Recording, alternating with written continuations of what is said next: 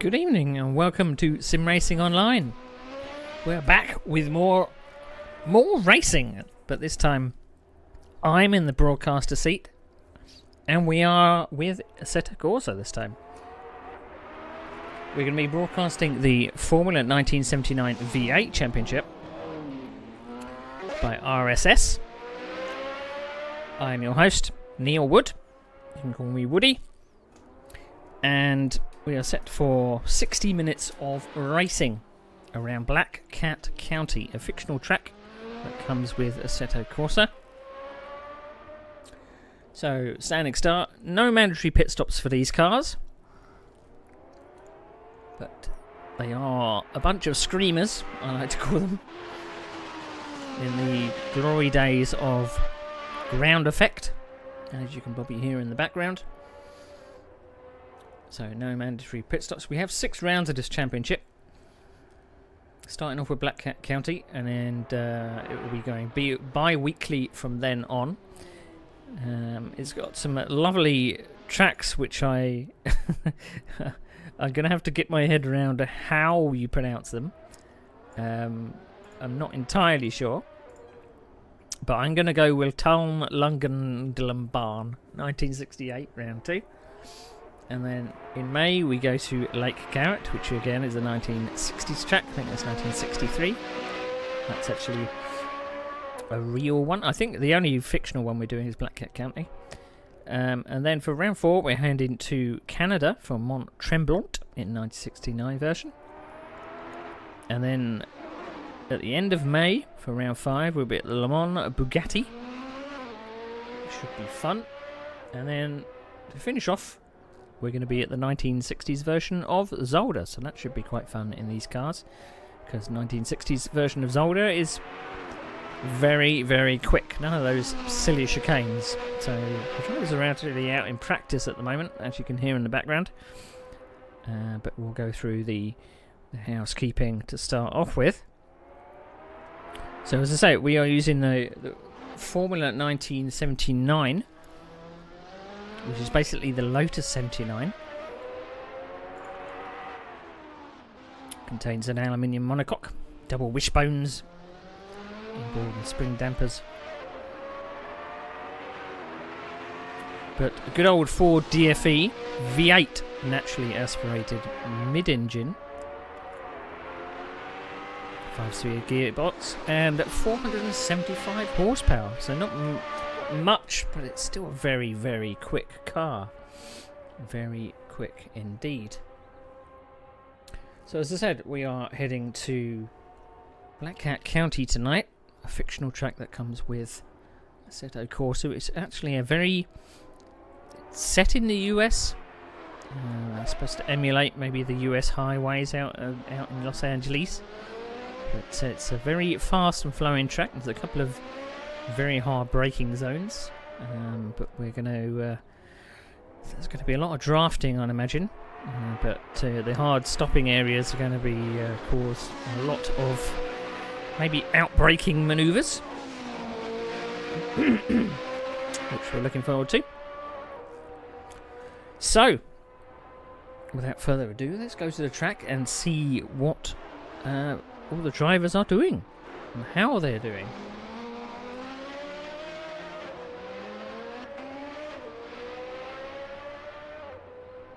I'm gonna have to make that go away by myself, I think.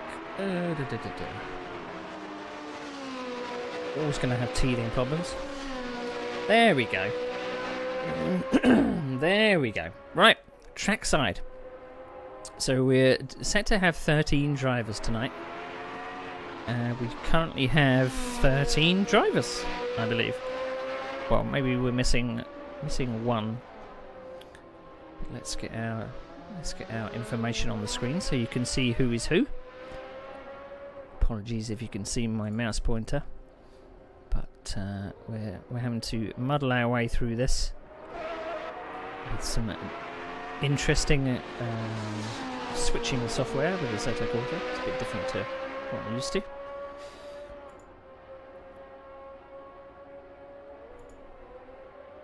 So Let's go back into...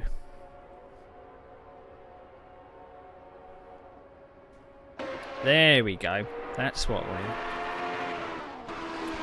So we're currently looking at Phil Brown. That lovely martini layout. I might as well actually go through the drivers from the top, because they're mostly all here.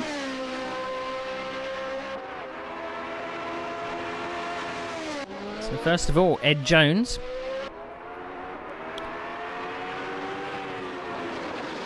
In the nice Alfa Romeo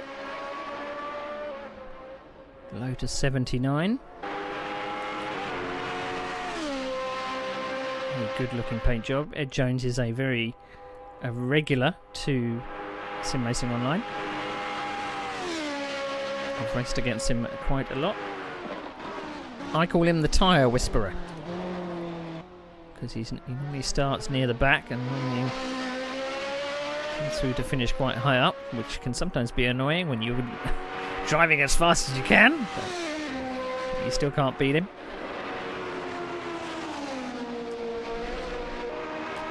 So second on the list. I can't see it on the entry list at the moment. John van der Geest is currently in the pits. He'll be the number 29 today.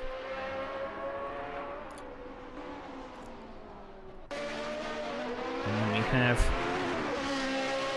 Kimi Martikainen. Yep, we're going to go with that. Kimi Martikainen in the Renault Shod Lotus 79. Very good skin pack we've been able to use tonight. And we have Kirill Kirillov currently in the pits at the moment.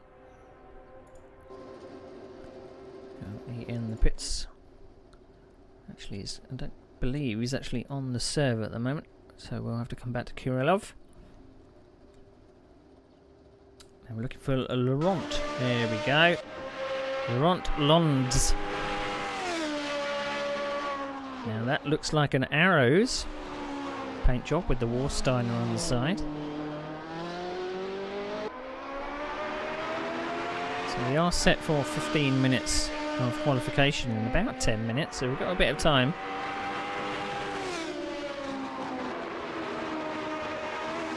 Lots of dips and ups and downs on this track. I can imagine if you're motion sick at all, it wouldn't be very good if you were racing somewhere like this in real life. Next on our list is Maddie Shepherd. Again, I don't think Maddie is actually on the server at the moment. She'll be in the number 6. Number 19, Marius Lebioda. Number 19 today. I don't quite recognise that paint job. I'm not sure what it's supposed to be emulating from the 79 series, but it's very striking, very Swedish looking. Next on our list is Mikkel Matsurik. I believe he's in the ATS.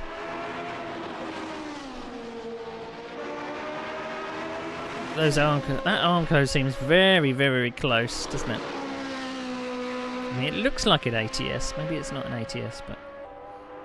So, Michael Mazurik.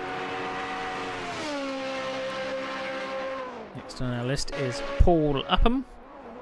And I believe Paul Upham is in the classic James... I was going to say James Hunt livery, but it's a McLaren livery. Oh, going slightly wide. That's Paul Upham in the number 7. Fast sweeping turns, heavy compression. Most of these long sweeping turns do compress.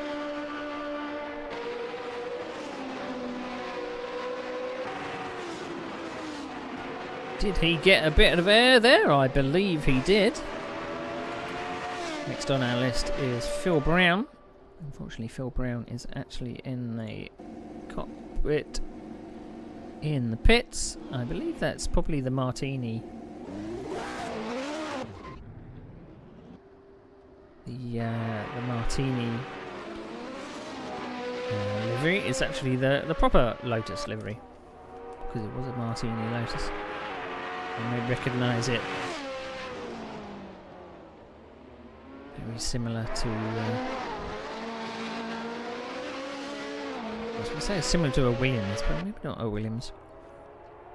But I believe this paint job was actually on the Lotus 79, probably.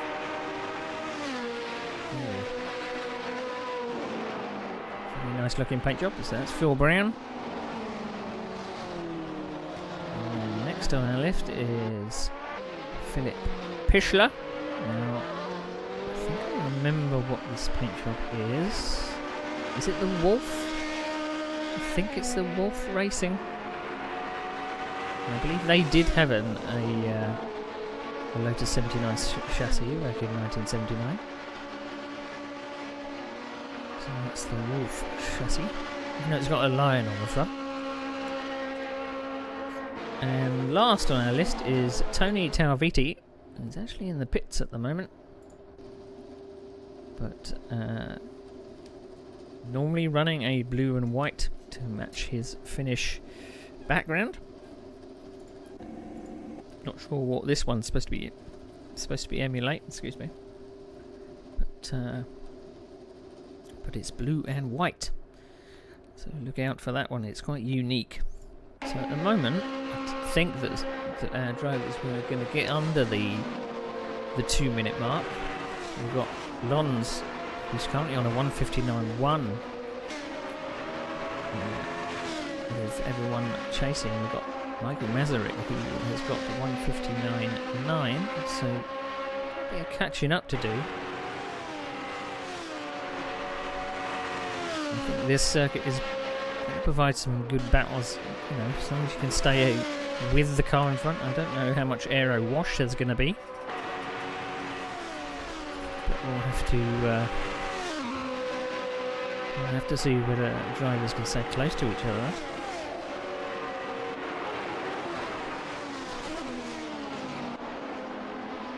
Slight clonk at the barrier there. It's going to take me a little while to get used to these paint jobs as well.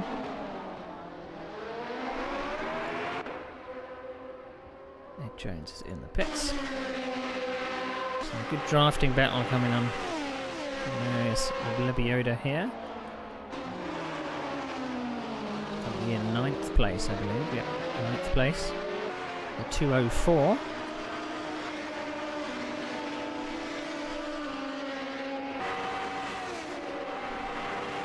One thing about this track and even these cars, well, you can plonk yourself. Whoa! You can plonk yourself down anywhere on the circuit, and you can hear these cars screaming away. So here's Philip Pichler. I was going to say that's a Wolf layout with a lion on front. Very strange. Looks like, yeah, you really do have to get close to these Armco barriers to make the most of these turns, because there's a lot which require a commitment, I would say. Long sweeping turns that require maybe just a slight lift. 2 minutes until qualification. It should be a 15 to, I think it's a 10 to 15 minute session.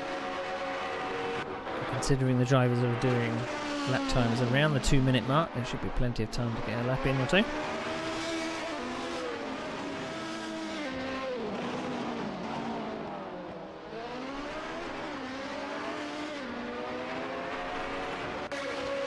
Let's check out Kirillov, and not sure who that is in the Renault. I should put the light down. Yeah. Good looking like. Oh, he has a bit of a moment behind. I went to the right person. It was Martikainen. That's what we're going to go with. I'm probably going to mess it up, so I'm sorry, Kimi, if I keep doing that. Accidentally went down to neutral there.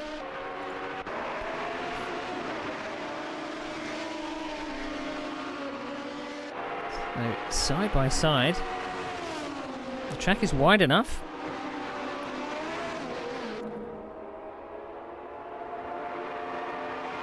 But who knows whether we can go side by side in the race.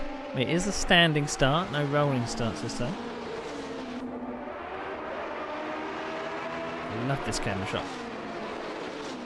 See just the elevation change popping over the crests of those corners.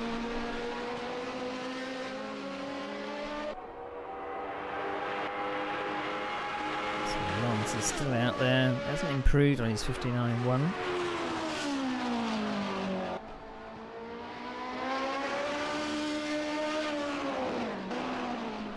It does look like you end up going all the way up to the top of the mountain and then come all the way back down again. There's only a couple of sharp turns which are near the end of the course, which is where Lons is now. I would consider them hairpin bends, and then you've got maybe a slight lift going through the final corner.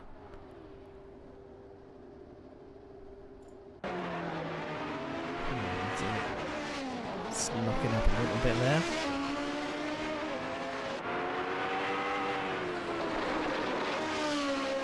So that's the final corner. So heading to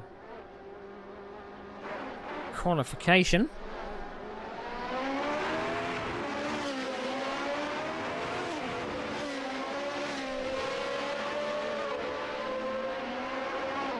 See what you can do. That is me on the server, but it's not me, if you see what I mean.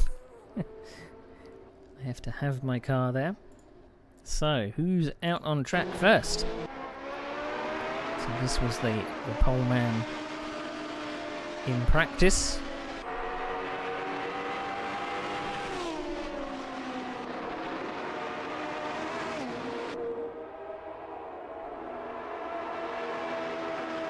He was ahead by about 0.8 seconds.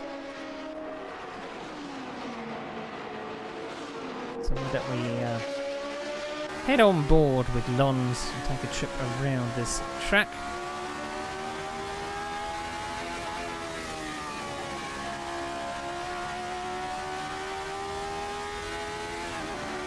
So, flat out section down here. Oh, breaking down into the dip for the right-hander. Oh, you don't want to get it too sideways. This has now got a drafting partner. Coming up to the end of the lap, underneath a rock bridge, natural formation. This is the tight section down here, so we've got to get the nose in these crests, make sure we don't clatter the barrier. And the final hairpin down here. Can't quite get the nose in as much. I think he's actually. He wants a little bit of space before he sets his fastest time. Again, this is the final section, so as soon as you see those signs, slight lift, and starting our fastest lap.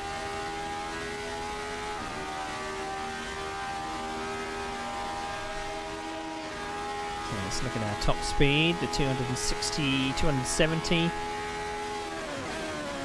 272 kilometers an hour on that long straight. I think that's about as fast as we're going to be going. Right chicane coming through the sweeping right-hander. It's going to be a slight lift and a dip. And I do get a little bit of air. The car goes really light coming over that crest. It's like a rally course.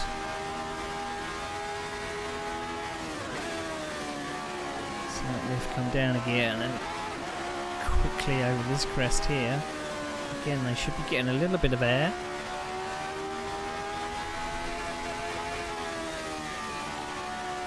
I imagine it won't hurt if they put a wheel on the grass just to cut the course a little. Helping lap time. I don't think it should unsettle the car. These cars do rely on ground effect. So as long as you're not going over any curbs, there are thankfully no curbs on this circuit. So I don't think anyone has actually put a representative time in yet. Looking through the tight section, slight lock up of the car ahead. Thankfully gets off to one side. It's very he doesn't really have enough lock to get through these tight hairpins. It's either that or he's suffering with a lot of understeer through the slower corners.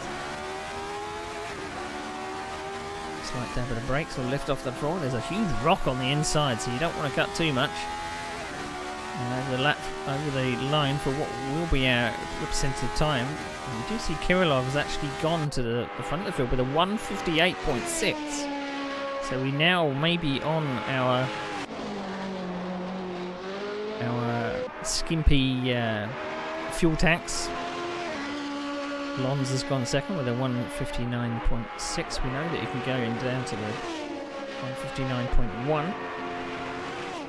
Paul Upham is third with a 2:03. I'm sure people are going to be down in the low 2-minute mark. Let's have a look at Masaryk. It's currently just seemingly letting a lot of people by at the moment. Wants to get involved. Or maybe just wants to join the back of the pack to get a help with draft. Martikainen goes into third with a 2-minute. Van der Geest is now fourth with a 2:01.9. Join Philipp Pichler through these very tight corners at the end of the lap. So it looks like 5 drivers at the moment have done representative laps. Pichler is probably going to be starting a flyer. In fact, that was a relatively fast time, the 2:05.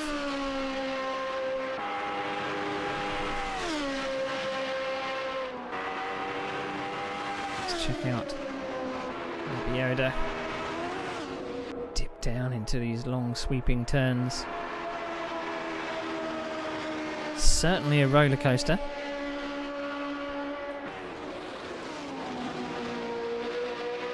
The crest. Does look like the front does come up. I'm not sure if that's just a graphical glitch, but it does look like the front comes up. I can't imagine racing this track in VR if the front of the car's going to do that. Take off all the downforce and let the ground effect do its thing.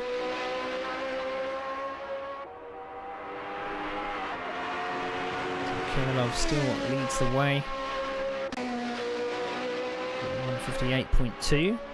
He's actually 1 second ahead of second place Laurent Lons.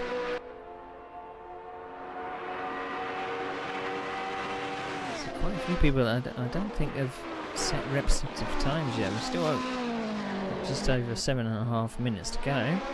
So plenty of time.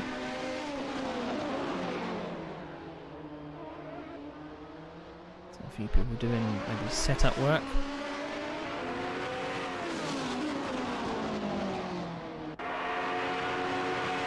So here's Martikainen in the Renault.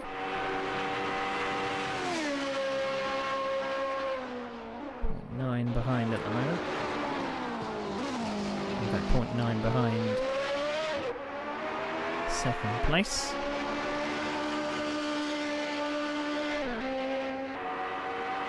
2:09.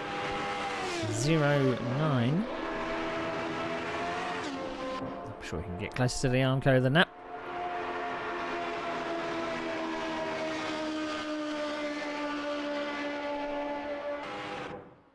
check out our helicopter cam. Gives you a good impression of how fast and how wide this track is.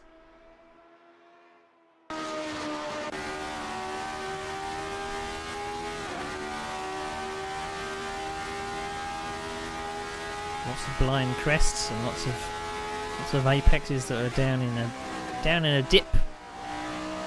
It's not like he's running a lot of downforce in these slower corners. I'd be hoping that the low downforce setup is going to work to his advantage along the sweeping sections. There is only one long straight, which is the main straight. There is a back straight on the other side of the circuit at the end of sector 2. It does look like Mezevic has put in the representative time. Popped up to 4th with a 2:01.2.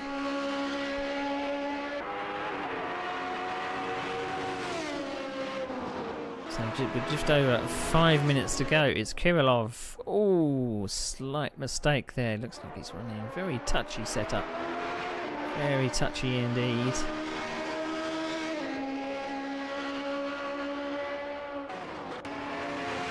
So as I was saying, Kirilov still leads. It looks like Martikainen. It's actually Phil Brown that's gone up to 4th place. So Kirilov leads.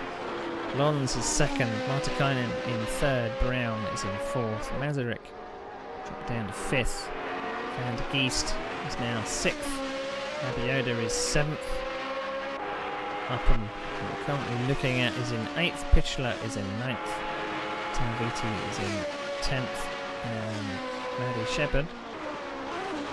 Doesn't look like they've put a representative time in, whether they are wanting to start from the back.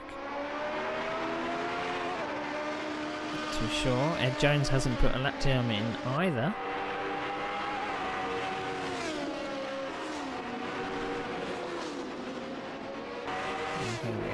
Tanviti, I'm sure he can. I sort of saw him putting in a lap time of around 2 minutes in practice. Currently 43 seconds behind 9th place.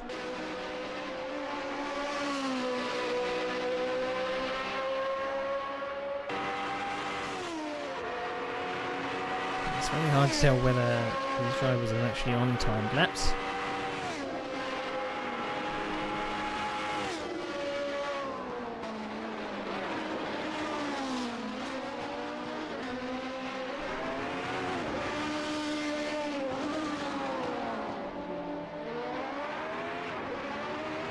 Going through the final tight corners at the end of the lap. He's actually lifted off. I wonder whether Tony is wanting to start from the back as well.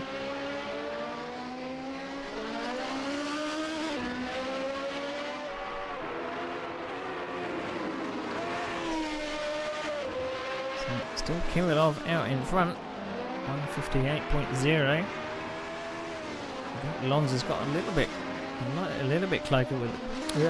closer with a 158.6. There is a rule with Sim Racing Online. You do need to do an outlet, qualifying laps, and then you do need to come back into the pits. If you stop out on the circuit, that is your qualifying over. Just under 3 minutes to go.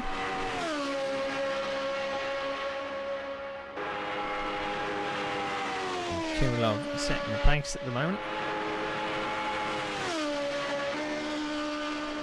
You're going to get very confused between Kirilov and Upham because they have very similar paint jobs. One's an Alfa Romeo, one's a McLaren.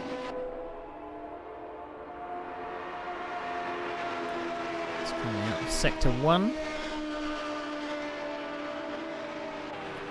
Seems like, I was going to say the downhill section, but it looks like... Wow!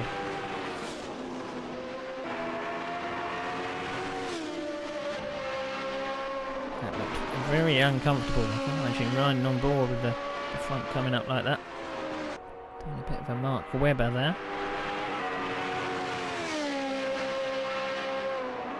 comes down into Sector 2. Sector 2 is basically I was going to say a straight. It's not really a straight, it's a big long flat out curve to the left. And then sharp braking down into this section. How brave do you want to be down into this section? So you've got a little bit of the course coming through there. And this track is going to be very different to all the other track. Oh, he gets it slightly wrong and round he goes. That's a shame. It's coming to the end of the lap. I wonder whether he's going to see if he can do one final lap. It's got 1 minute to go. Again, Phil Brown having a lot of trouble in these final tight corners. He's decided to call it a day. He thinks third is enough. Mazurek in sixth. Hasn't quite got into the 2 minute range yet. Just over 30 seconds to go. The only person that can take away pole is Lons. Again, coming down into the final section. He's 0.6 away. So I'm not sure whether Lons can find 0.6 of a second. Krylov seems to have mastered this circuit so far. He's not going to get another lap, I don't think. Crosses the line. And that looks like Lons may have just made it. He's got one more lap to do.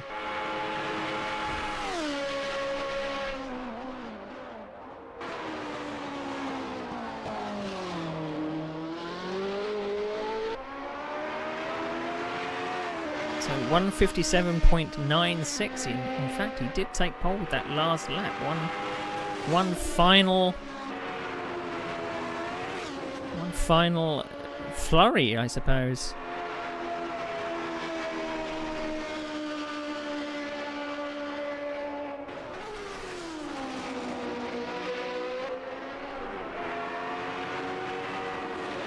And the other person, Mazurek, has actually put in a faster time. He's now got himself up to third, 1:58.6. We've only got 1, 2, 3, 4 drivers still to put lap times in.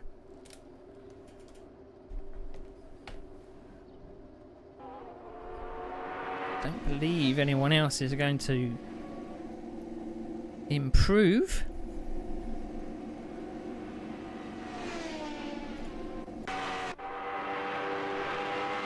Martikainen currently in 5th on an out lap, so he can't improve. Van der Geest currently sitting in the pits. So it looks like we may have got to our result. Indeed, that is it.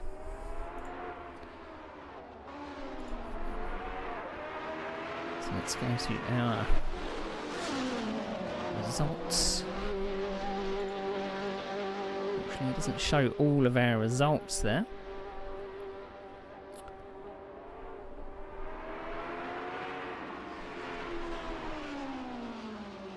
So, Lons is in pole, Kirillov second, Mazurek third, Brown in 4th, Martikainen gets 5th.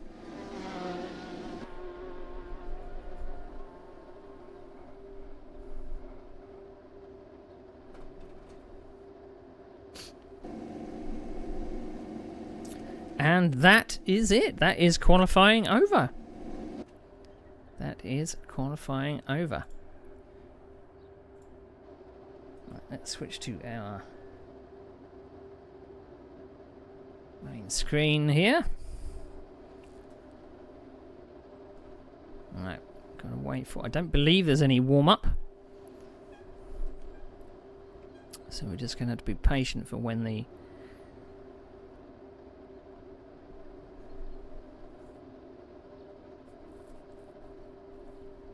It does say overtime. I don't believe there is anyone else on a lap.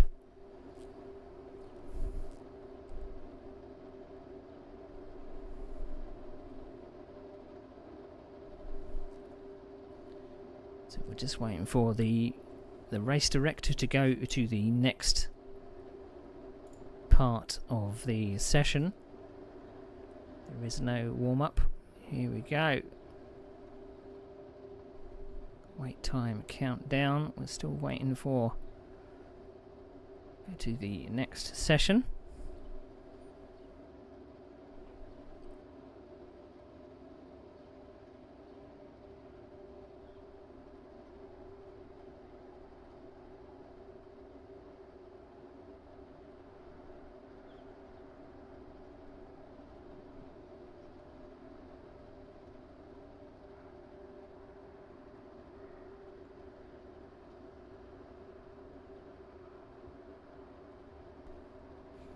Right, we are nearly ready to go. We're just waiting for the starting orders. I believe the briefing is just taking place.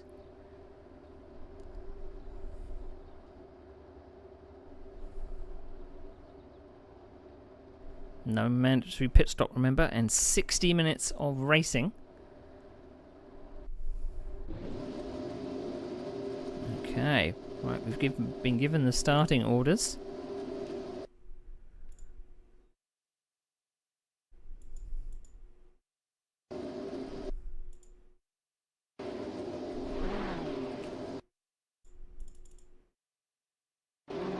Trying to somehow get back to the pits at the moment, but it's not letting me. So we may have to play this by ear.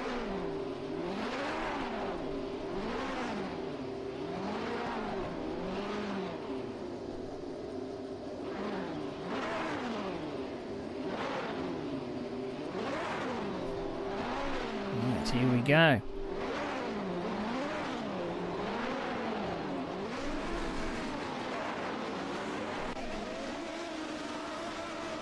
The starting orders, and off they go.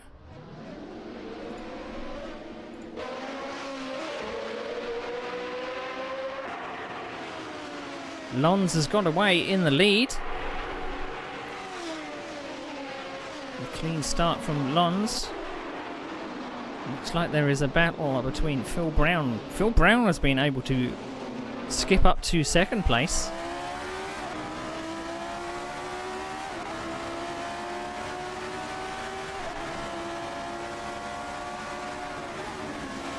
Down into the first part of these sweeping turns. It does look like cold tyres is definitely a thing.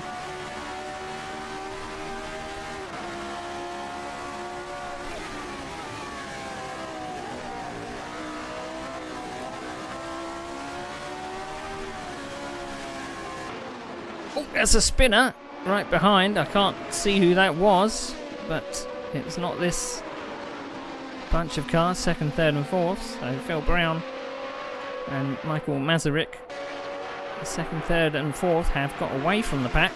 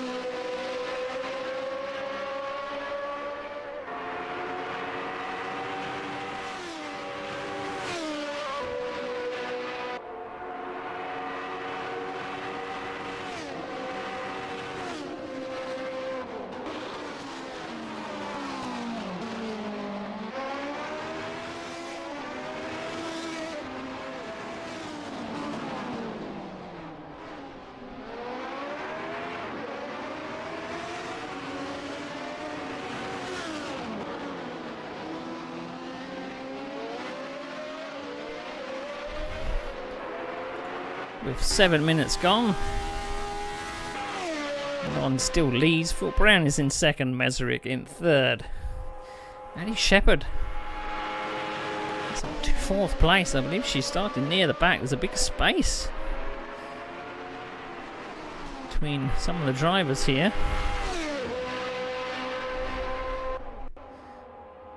Must have been some kind of accident. Maddie Shepherd is 9.4 seconds behind the lead. Get back to the pack. It does look like many of these drivers are maybe taking it a little bit easy. They do have a long race ahead of them. These tight turns for John van der Geest.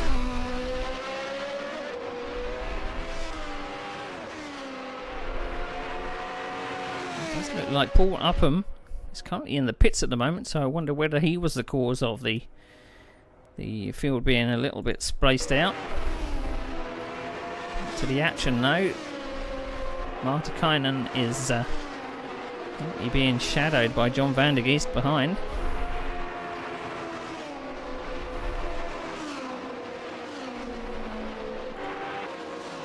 Let's go on board with John van der Geest. You can see Marta Kynan ahead.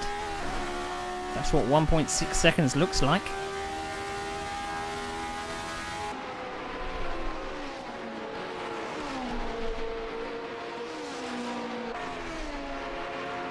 It does look like Paul Upham is out of the pit, so I wonder whether that was either a penalty or some damage. But he is back going again in 12th place. So if you look at in the rear of the field, this is Labioda in 10th place. There's Philip Pichler in front. Lons has pulled out a 9-second lead. But Mazurek and Phil Brown, basically the battle for second place, separated by only 1 second.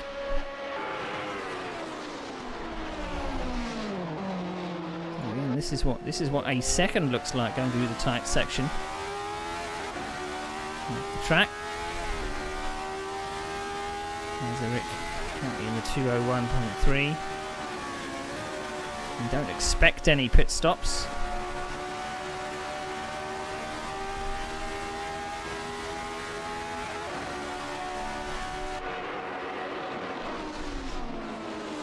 And keep an eye on that gap back to fourth. It does look like Maddie Shepherd is closing. At certain parts of the circuit, it does look like between 5 and 6 seconds. May soon be on the back of the battle for second and third.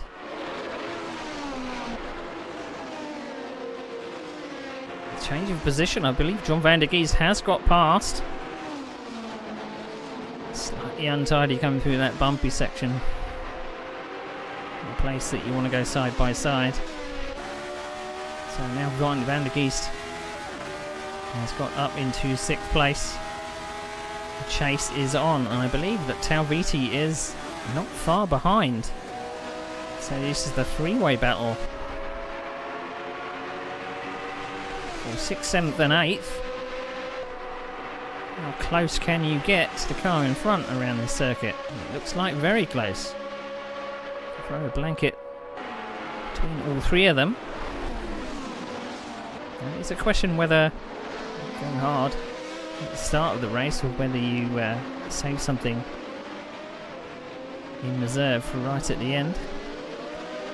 It does look like it's struggling to get on the power. It does look like maybe Martikainen has got a bit more pace. John van der Geest is holding a sensible line come through the final corner.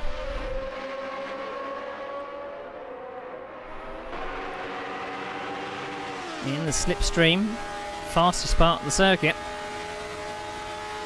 Doesn't look like he's actually gaining in the draft, so very similar wing levels. It seems maybe John van der Geest is sporting a bit of a lower wing so he can pull away.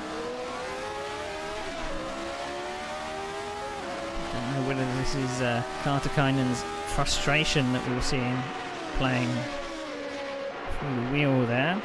Talviti in the blue car just behind is waiting to pick up the scraps. As he gets very, very close, it looks like Talviti is actually running... Oh! Maybe running a bit of a lower wing. He was able to draft past very, very quickly. So I don't quite know whether Kartikainen wasn't expecting a pass at that point in the circuit. It was a very awkward place. Talviti did catch very, very quickly.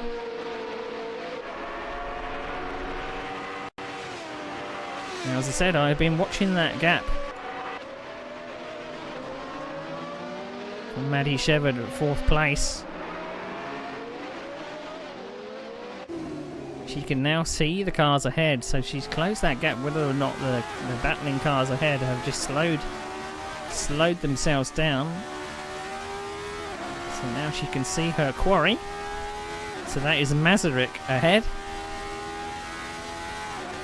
She's only now 3 seconds behind, so she's closed about 3 seconds in the last couple of laps.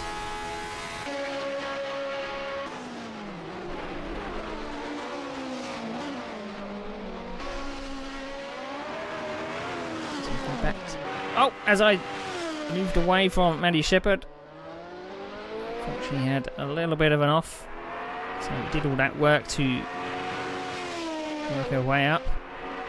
But a slight off. Now she's got to do it all again. So Lons has got it all his own way, out in the lead by 10 seconds. Currently last lap time 2:01.0. So not knocking on the door of the 2 minutes just yet. It's just a slow and steady run.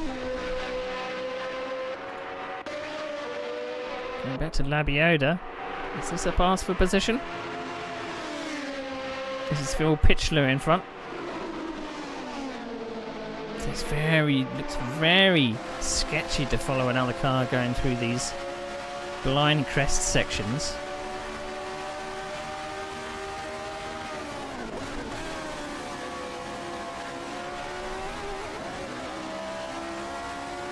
I don't envy these drivers doing this section and having to figure out how to pass, but coming up to the end of sector 2, the end of sector 2, so short straight and then a medium right-hander through that dip. Don't want to run too wide. Looks like he can gain a little bit.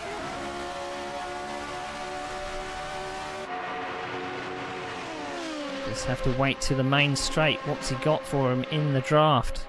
Down this short straight and into this very slow section. You're going to have to keep very close to the car in front through this short section. Or this sharp section, rather. Bit of a wider line coming through into this hairpin. Pichler was a little slow coming out of there. He's going very tight into these turns.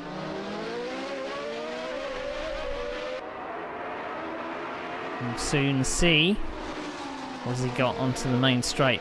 Fastest part of the circuit. Looks like Pichler is actually pulling out a gap. Indeed he is. Doesn't look like he's got much for Pichler on the straight. As we cut back to Kirillov. Looks like Tony Talviti has caught up with this 5th place Kirillov. So Talviti, that started off near the back, I don't think he put in a very quick representative time in qualification, but he's now knocking on the door of 5th place. He's under a second away from Kirillov. into this uphill section. Gaining. Look at the speed that Tony's got.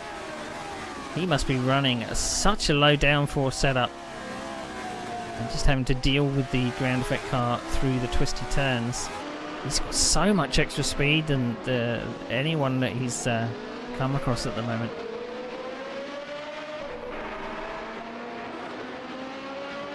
So maybe we'll have to check out the top speed at the end of the straight. So going on board. So 230, 240, 260. He's gaining. That's 282 I spotted. And that's a pass into 5th place. How far can Tony go? He's got so much extra speed.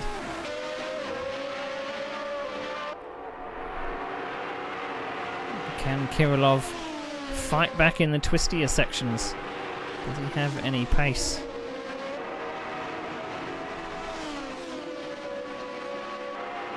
So currently looking at the leaderboard, 42 minutes to go. Long way to go in this race.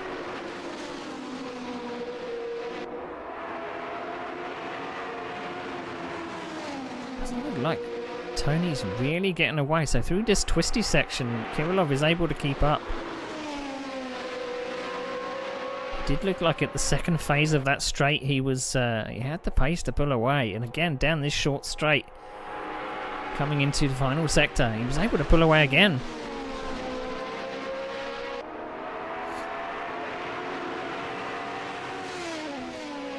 So down this short straight, not really call it a straight, under the stone bridge, the stone rock formation.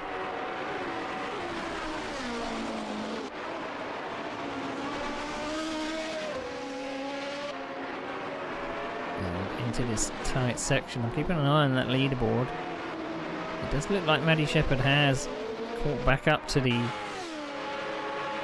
pack, so Mikkel Masaryk has really got to watch his mirrors now. He's got a JPS Lotus right behind him.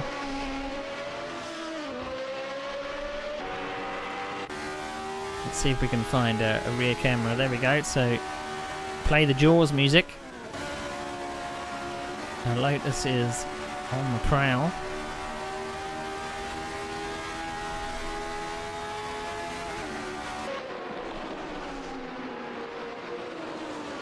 So 159.2 that last lap. Still Lons leads. Brown second. This is going to be the battle for third.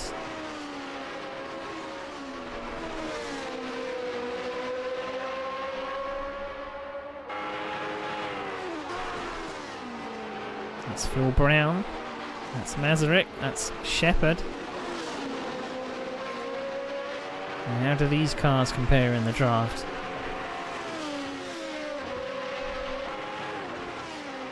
So through the fast section. Again, looks like Maddie is really carrying a lot more speed than the cars around. Very easy in the end, and does look like very close. Let's wait for the leaderboard to update, and it finally has. Shepherd is now up to third. Only 2 seconds behind Phil Brown for second place, but Lons out front, out on his own. Now down to 2 minutes in lap time. Those early laps putting in maybe the faster laps, or maybe it was an accident that dropped the rest of them back. Looks like Lons has got it his own way.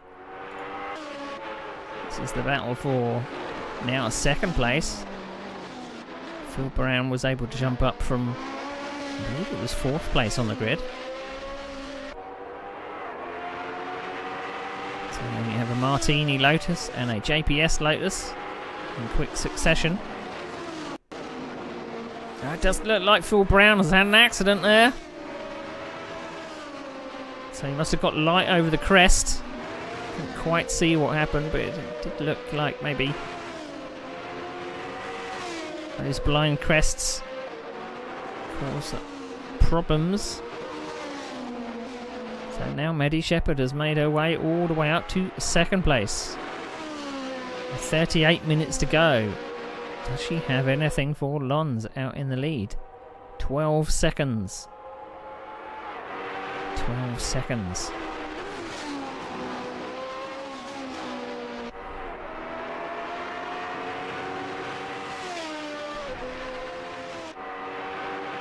So it looks like the battle between Kirillov and Talviti has currently ceased for the time being. Talviti's straight line speed was just too much for Kirillov, it seemed. He has been able to pull away. It maybe does seem that the low downforce setup was the way to go. If in fact it is low downforce, maybe there is a... I don't think there's any engine modes that need to be tweaked. Which does mean that fuel efficiency could come into play if so. Very tidy coming through those sweeping turns, able to cut a little bit of the grass. You can see a lot of people who've been locking that inside wheel coming into that tight section.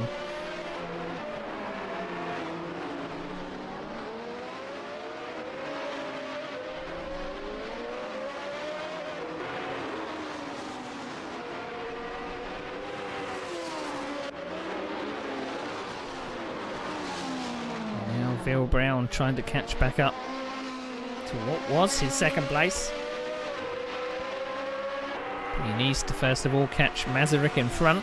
He's now dropped down about 5-6 seconds behind.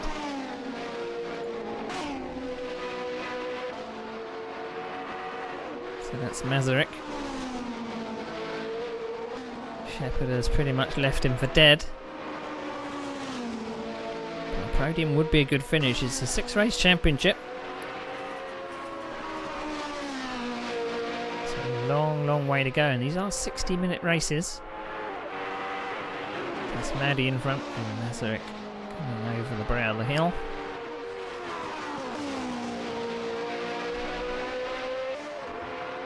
So, far closest cars on the track at the moment are Kirillov and Tony Talviti, although they're not really that close.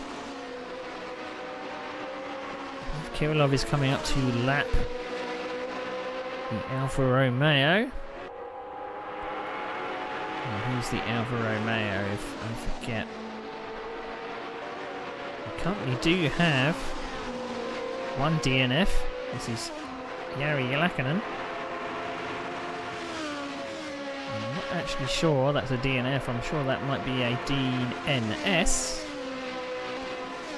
Now, as I said at the start, Ed Jones is normally there or thereabouts. He's down in 10th at the moment. He seems to be struggling with this car because last lap time was 2:13 and he has just been lapped by 6th place. So proving very, very difficult. So Lons leads. A gap of around 12 to 13 seconds. He's now upped his pace.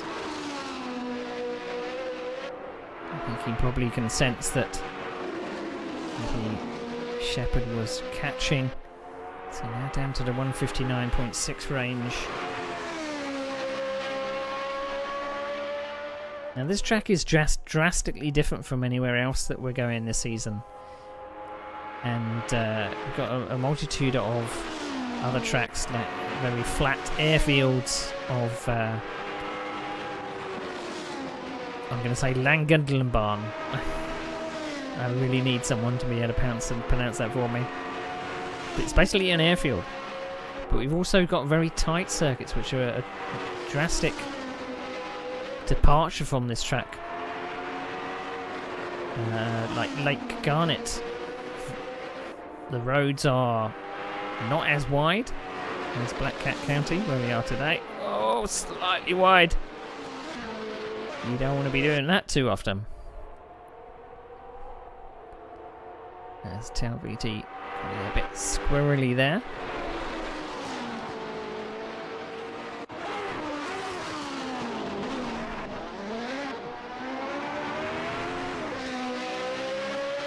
Switching the leaderboard there.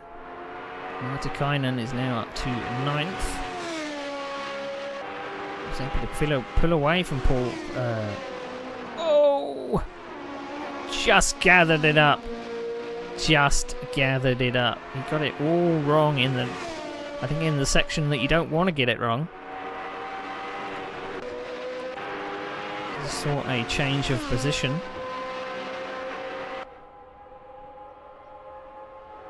Phil Brown is now up to 3rd. It does look like Masaryk is pitting. Half distance. There are no mandatory pit stops for this race, and I wonder whether some gambled on putting in a full tank of fuel and just going to the end. Did Masaryk fall out or run out of tyres, run out of rubber?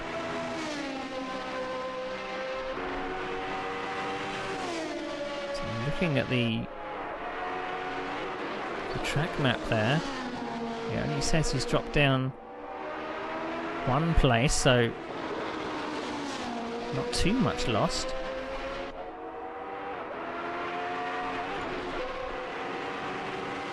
In fact, this is Talviti right behind him, so he came out of the pits right in front of Talviti.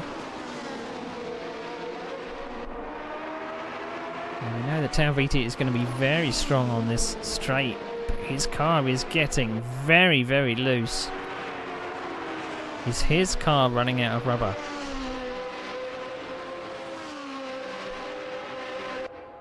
He's very quick down the straights, but it does look awfully loose in these corners. The lead is still 12 seconds. It looks like it's a little bit of a stalemate for first and second. And Philip Pitchler is pitting, and out he comes in 9th place. So a lot of people opting for a one-stop strategy. I'll have to check out after the race to see whether indeed people were going for a one-stop or even a no-stop. And what is Lons going to do out front? Again, 159.6. So a very fast pace. Can he keep it up for the next 30 minutes?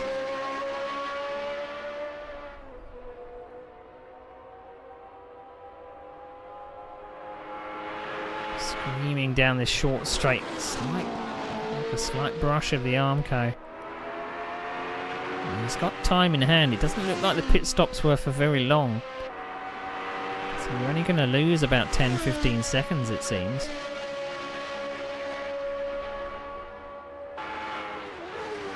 In fact, maybe it wasn't it might not have been a refuel stop. It might have just been a tyre change for the people that have come in. So looking at the timing tower, Tony Talviti is on the march again. He's now got to catch back up to Masaryk in 4th, 3 seconds in front.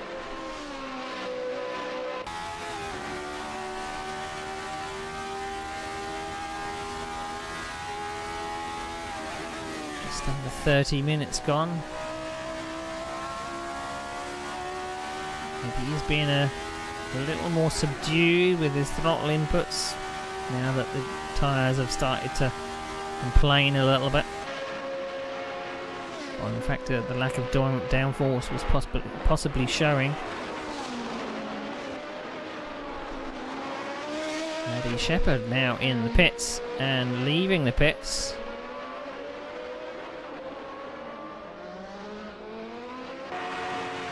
That did look like Phil Brown ahead. Gone through. I don't think Phil Brown has pitted. It was Pichler that pitted, didn't it? So Shepherd now out of the pits in 3rd place. So When is our leader going to pit? That is the question. The lead is now down to 7 seconds. So has our leader already pitted? Because I'm looking at the last lap time, 2:21.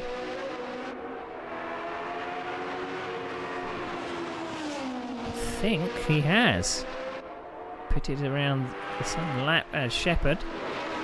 Shepherd was able to close.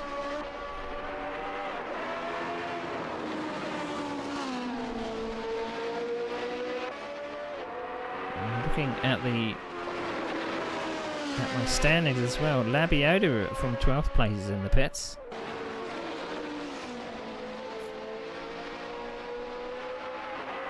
We'll jump back to Kirillov. Kirillov is now on the tail of what has happened to Talviti. Is that a pit stop for Talviti? Is he having problems?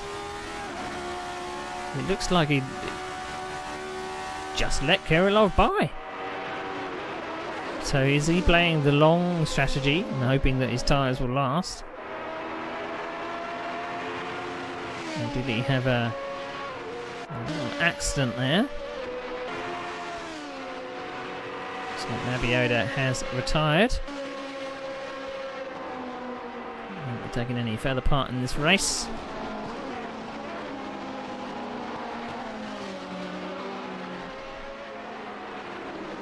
So 2:03. That's 2 seconds slower than I think Tony's able to go.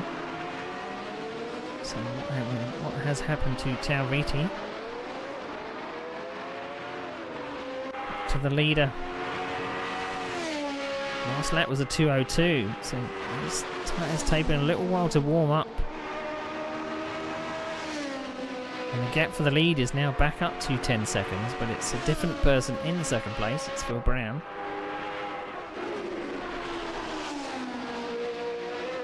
I think Phil Brown has still got to pit. I don't remember seeing him going into the pits.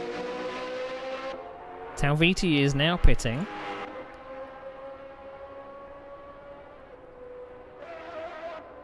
So he's not going to be passed for 8th place.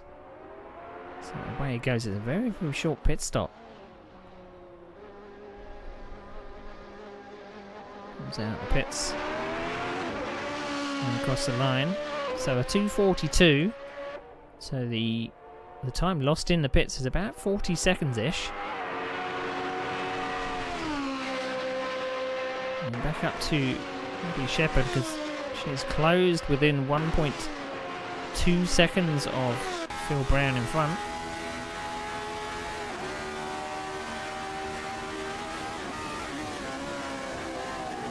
And looks like a lapped car just ahead of them as well. The tightest section. Slight lock of the tyres. Still able to keep the nose in through that hairpin section. This is the shorter of the layouts of Black Cat County. There is a really long layout. So cutting the corner, coming into the final turn. How much can we gain in the draft coming up the straight? We are gaining. 0.3. Just going to get to the end of the straight. 0.2 was as close as Maddie got. I think it's a matter of time. In fact, she gets a better exit coming out of that sequence of corners. If Phil Brown hasn't pitted, maybe it's tyre wear that let him down there. Couldn't quite get the power down. And Shepherd is back to second place with 24 minutes to go.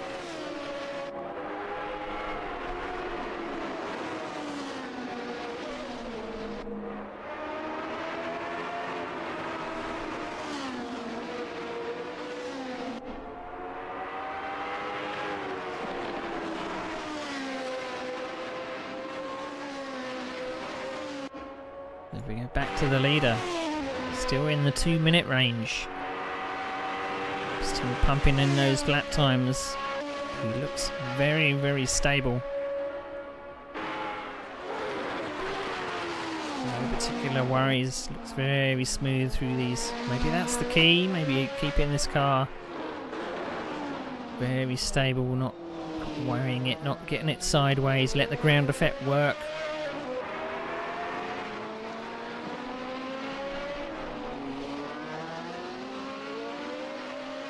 Lots of traction coming out of that slower section. It does look like Talviti has retired, so I don't know whether that is an internet problem or what. We'll have to find out for the next round. It's a shame because Talviti did look like he was one of the faster cars on the circuit. Gaggle of cars back here, so that's Phil Brown for third.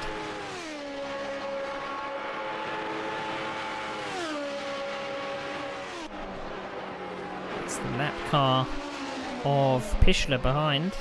We will memorise these.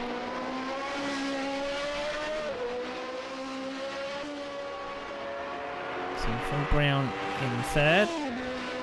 Again, I can't remember Phil Brown pitting. Does look like that car is becoming too hot to handle at the moment. We've got a lot of people would have a lot of problems through this particular section of the track. You get it wrong on the entry and it just screws up the rest of it.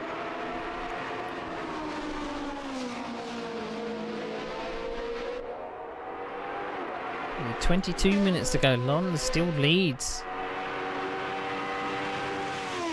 Shepherd doesn't look like she's closing an awful lot. It's a bit of a stalemate at the moment, so it's going to take a mistake from Lons to perhaps give Shepherd a chance. Shepherd has come from the back of the field.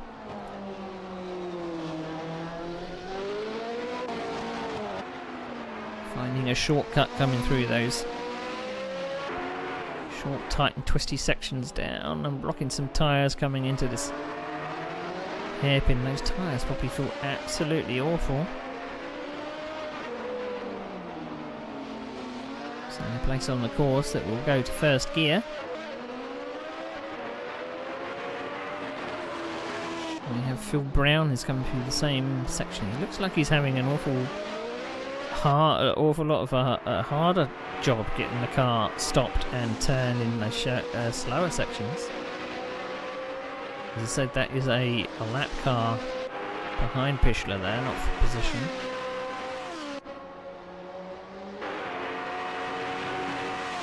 This is Masaryk in fourth. You can see Phil Brown just ahead of him. Doesn't look like consistency is the key though. A lot of drivers have been very, very quick, but have made a couple of mistakes which have dropped them back. Unable to stay in the draft of the car in front, which is leading to some of the cars being really, really spaced out. So that's fourth place of Masaryk. Fifth place Kirillov out on his own. Those battles early on with Talviti now come to nothing. Talviti has now been one of the retirements. So fifth place for Kirillov at the moment. And we'll drop back to Van der Geest, negotiating those tight corners. Coming up to sector 2. Nice wide line, slight dab on the brakes or slight lift. Hold your breath over the crest. We need pace notes for this track. Imagine if it was dirt.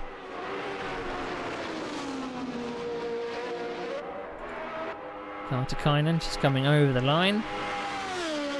Far behind John Van der Geest in front.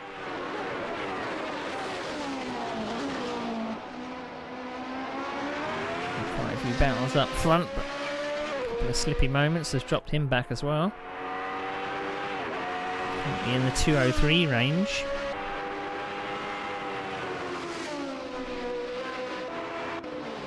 This is Pichler coming through the final tight and twisty section. As I say that, it gets on the loud pedal a bit too quickly and nearly loops it. It's saved by the fence. The final corner. Across the line. Struggling in the 205s at the moment. Last lap was a 2:10.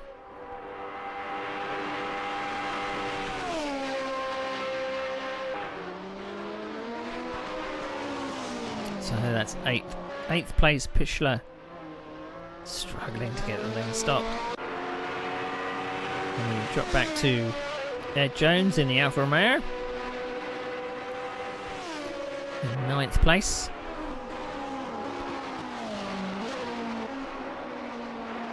Very slow and steady. Last lap time of 2:07, so it's got a little bit of pace to find. But again, this circuit may suit a lot of drivers, but not others. But as I say, we've got a multitude of different styles of courses in this series. They're not always going to be as fast and wide as this one. If we drop back to Paul Upham, and the McLaren looking car, very reminiscent of James Hunt.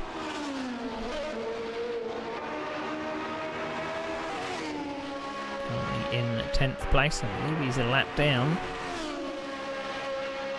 Quite far off Ed Jones in front. 17 minutes to go. The race does go very, very quickly. You blink and you miss it. Lon still leads. He's now down to the 159.5, so he's upped his pace a little. The gap to Shepherd behind is bouncing in between 5 seconds or so. It does look like Masaryk has now caught Phil Brown for 3rd. Now, do they compare in speed? So 276 kilometres an hour. Not quite. They do compare very well in top speed. So this could be about to the end of the race. Did we just see Phil Brown go wide? We did, unfortunately. I think Phil Brown must have got on the loud pedal. Maybe that was the pressure from Masaryk, who's now back to 3rd.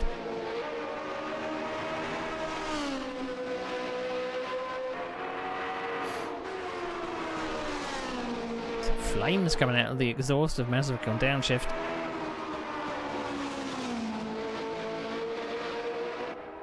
He's now in the 2-minute range.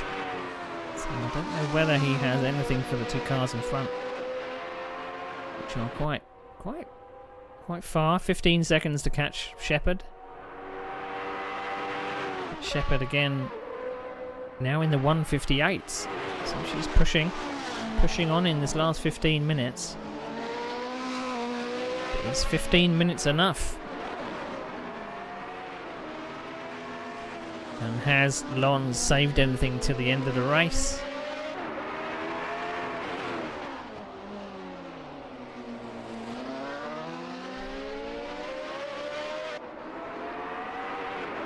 So the gap is bouncing between 15 seconds and 10 seconds. So maybe a little mistake on that last lap. 2:04. Yeah, a little mistake. So consistency is key, it seems.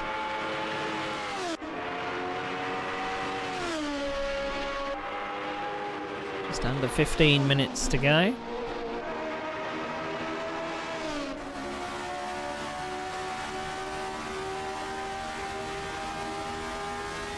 I imagine you can take one hand off the wheel through some of these sections, just give yourself a little bit of a rest.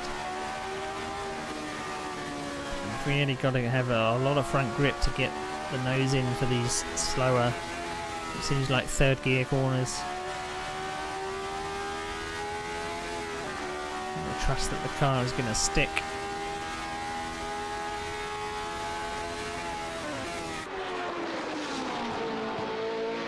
The Lotus 79 back in the day was run by drivers called Mario Andretti. I wonder if anyone's heard of Mario Andretti.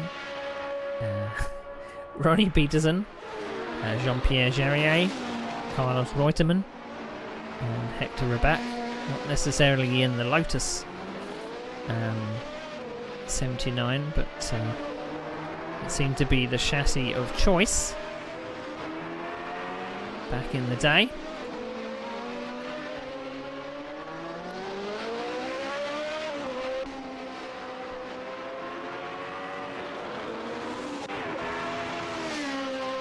So Phil Brown, I have to find out from Phil Brown whether he did pit in the end. I didn't see him come in the pits, but at one point he was up to second place. I'm just wondering whether he has anything from Masaryk. I think Masaryk did make a little mistake in this section. Does look like Phil Brown was going to try, in fact he is trying all the way around the outside of that turn. And as these turns are banked, you can keep the speed. That was very well read. And Masaryk pits again. Has Masaryk run out of tyres for the second time? That's the interesting strategy. He has 28 seconds to Kirillov behind. So we'll have to see whether Kirillov can actually pass. Kirillov is in the, I believe, the final section of the lap. There he is. Kirillov, I think, is going to just pass for what is fourth place. So Kirillov back up to fourth place. So Masaryk was maybe suffering with tyres more than others. I don't think tyre wear would be that much of an issue because of how sweeping all of these turns are.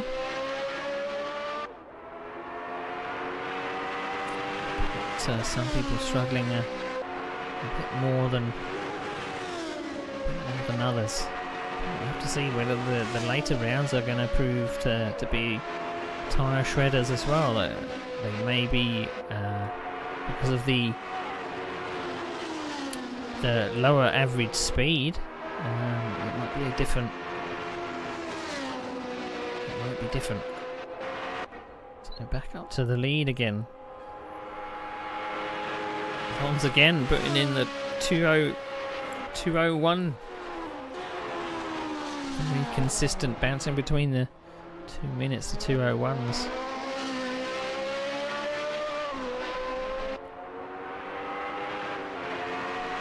And we have Shepherd coming out the corner, about 2 corners back. It's like a very hot day in Los Angeles. That's where I believe this track is set or based on. Completely fictional though.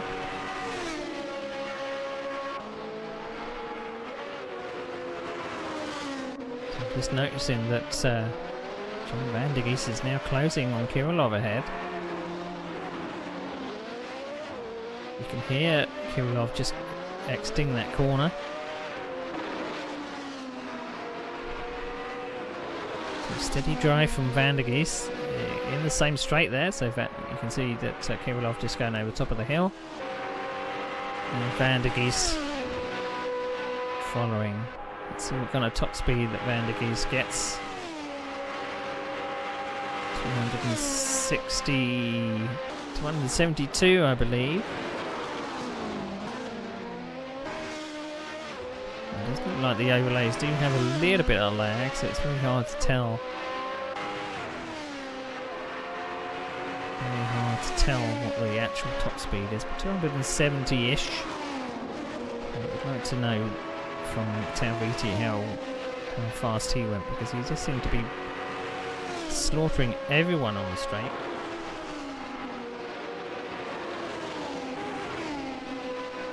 Masaryk after his pit stop.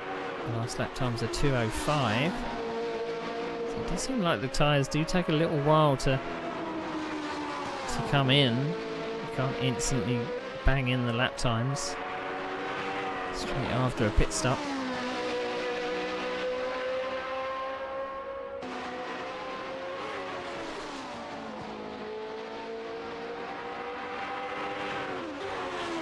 This fast right-hander gets on the dip, on the apex. It's the last place that you want.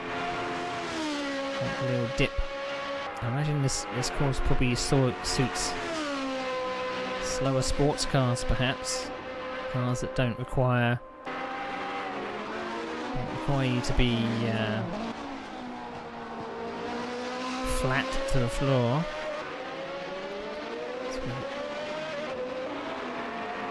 We join John van der Geest. He is closing to Kirillov in front. You can now see Kirillov. He's now got 8 minutes to try and close. It's now 2.4 seconds.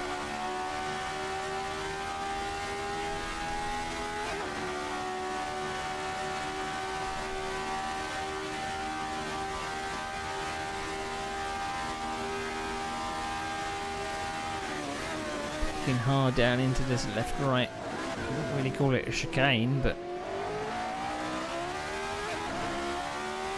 the elevation changes are making it awfully difficult.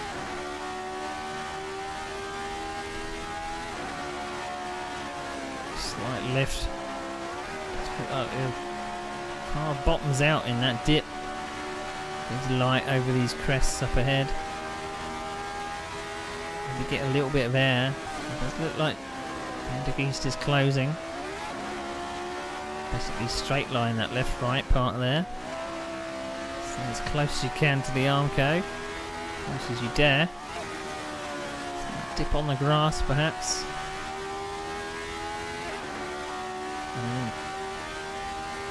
Probably too harsh if you clatter the Armco, but you've got to do it flush with both wheels, I'd imagine. I can't think that it'll do too much damage, but it's the last thing you want is steering damage or suspension damage around a fast course like this. Down a long straight into the final section of the track. Slowest part of the track down to first gear. Oh, it does look like pushing a little too far into that final section. During that lap, van der Geest has closed quite significantly. So fourth place is up for grabs in the final turn.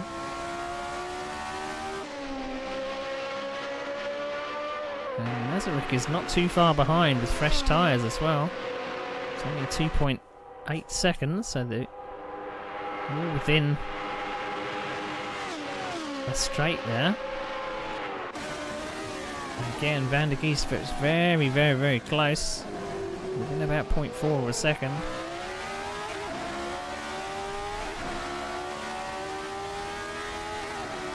And keeping an eye on that lead.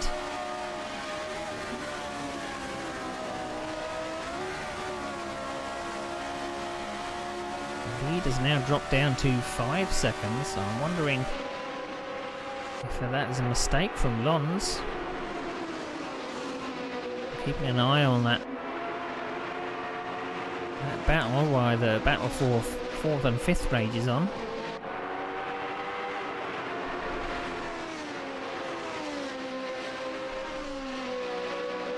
So lap times of 2:03.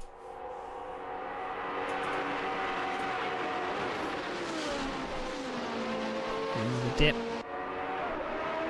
That's the lap time of John van der Geest. So van der Geest in that last lap was 2 seconds a lap faster than Kirillov.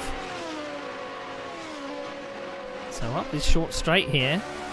Closing, closing, closing, but I don't think he has enough of a straight to do it. He's going to have to stay so tight to Kirillov in this final section, but he just can't quite get out of these slower corners. He's running into them too hot. Right, up to the final second. Masaryk has caught this battle, so it's the three-way battle for what is 4th place. So Masaryk on fresh tyres, all three in a line. Masaryk goes to the inside It's now 3 wide. Kirillov struggling on the straight there, passed by 2 cars. Mazurek took 2 places in 1 straight. Back up to 4th place. So this 2-stop strategy is working out. Jean van der Gies. Now he's ahead of Kirillov. How much does Kirillov want to fight for this? I was going to say... Got it a bit squirrely coming out that tight left-right section and clattered the barrier.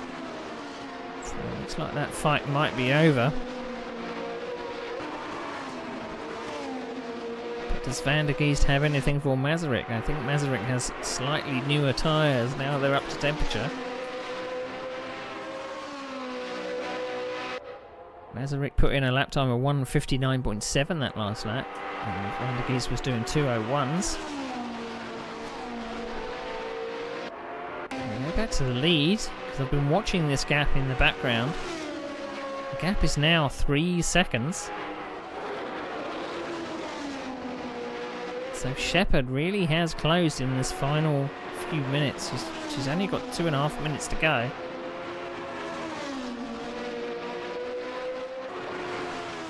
That's Lons passing in the foreground. So was it a slight mistake from Lons? They're both in the same camera shot here. Was it a slight mistake from Lons that meant that Shepherd could cut the lead? It was around 11 seconds. But 2 minutes to... just under 2 minutes to go.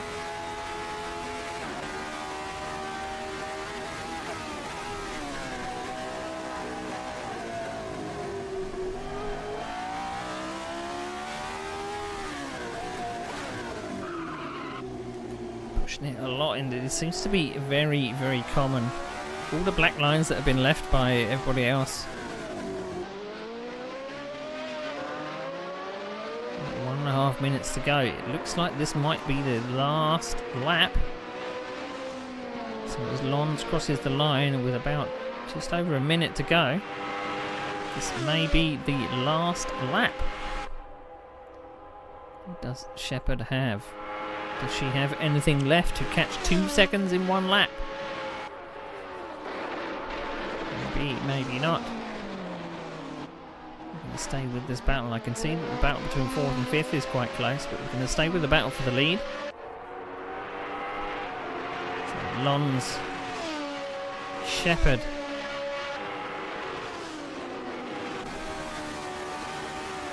Slightly loose over the crest.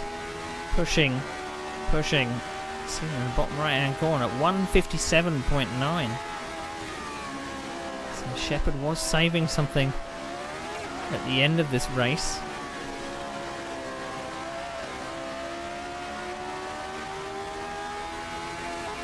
I think she's just going to run out of laps and run out of time.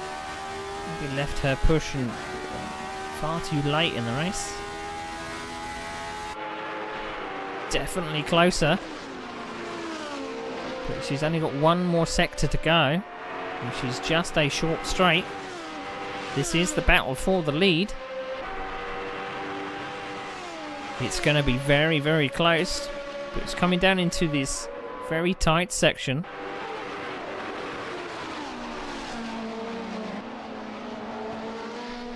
It's the first time that Lons has been put under pressure. Slight lock up.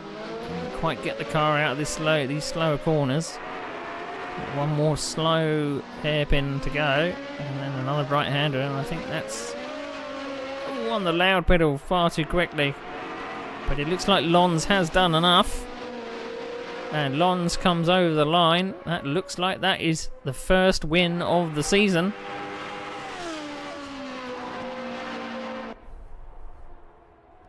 So Lons is the first winner of the Formula 1979 series, with Shepherd second. Phil Brown, apart from those mistakes early on, dropped him down the order. He's going to come home on the podium.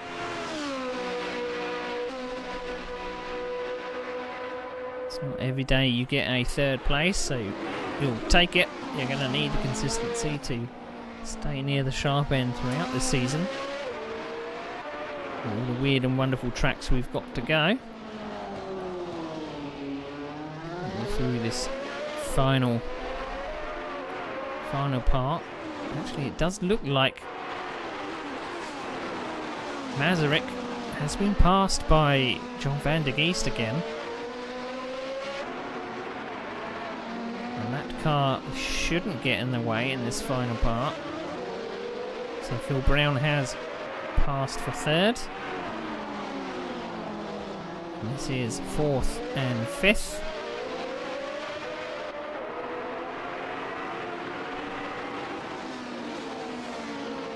It's going to be close. It's going to be very close. Very close indeed. But I think Van der Geest gets it by a nose. Gosh, that was close. That was very, very close. And Kirillov comes home in what I believe is 6th place.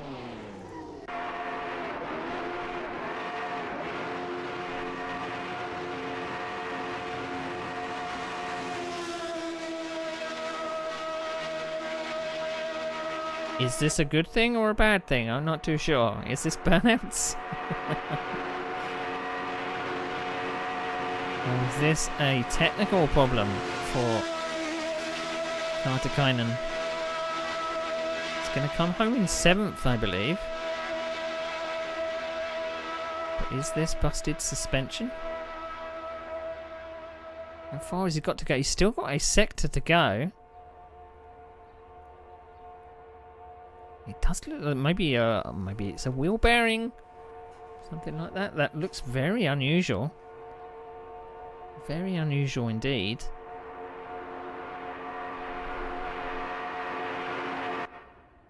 The rest of the drivers have finished. Still got one driver to go.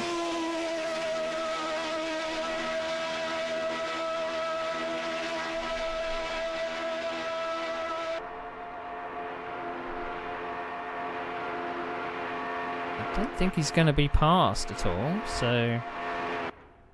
And there we have it. That is the end.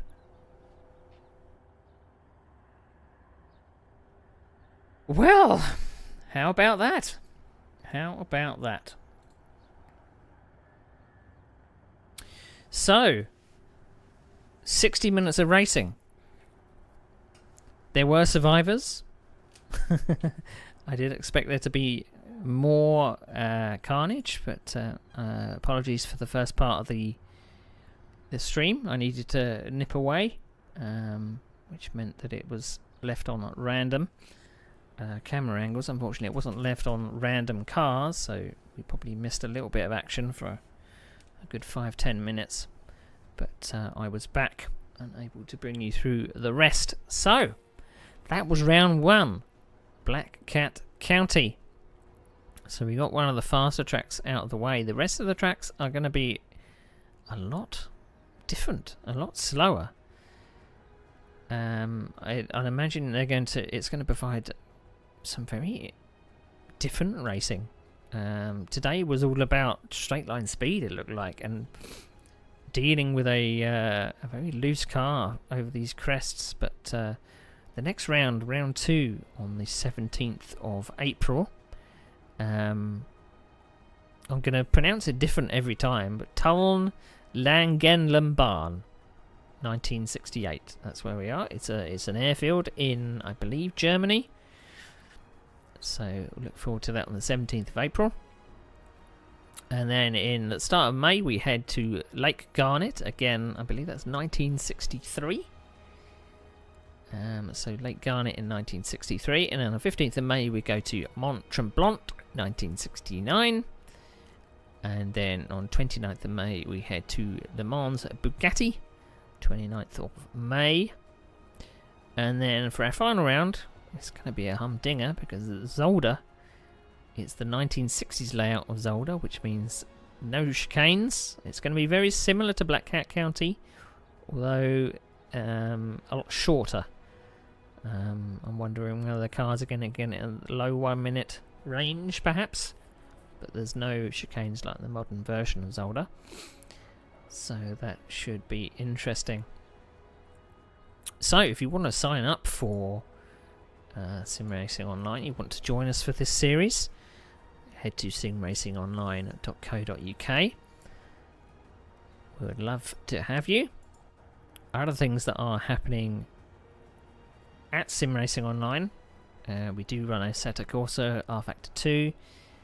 We're doing some Le Mans Ultimate, doing some Automobilista 2, and some Project Cars 2. All the 2s.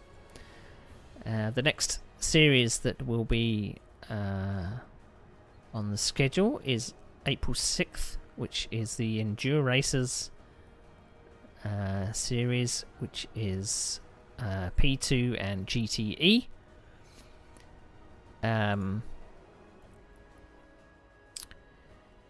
So that should be fun. I believe that's been broadcast on this channel. And then on April 12th, it's the Mons Ultimate GTE Challenge. And then we have another R Factor 2 series. Again, I'm not sure if this is going to be broadcast or I might be taking part in it. I'm not too sure. But I will definitely be missing the first round. April 13th, it's the Formula Renault 1975 series, and a good selection of classic tracks for that one.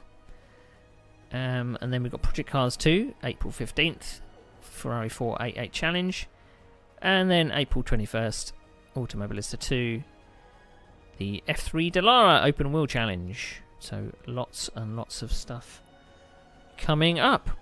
So thank you everybody for watching, and we'll see you back here for the next race very, very soon. Thanks for watching.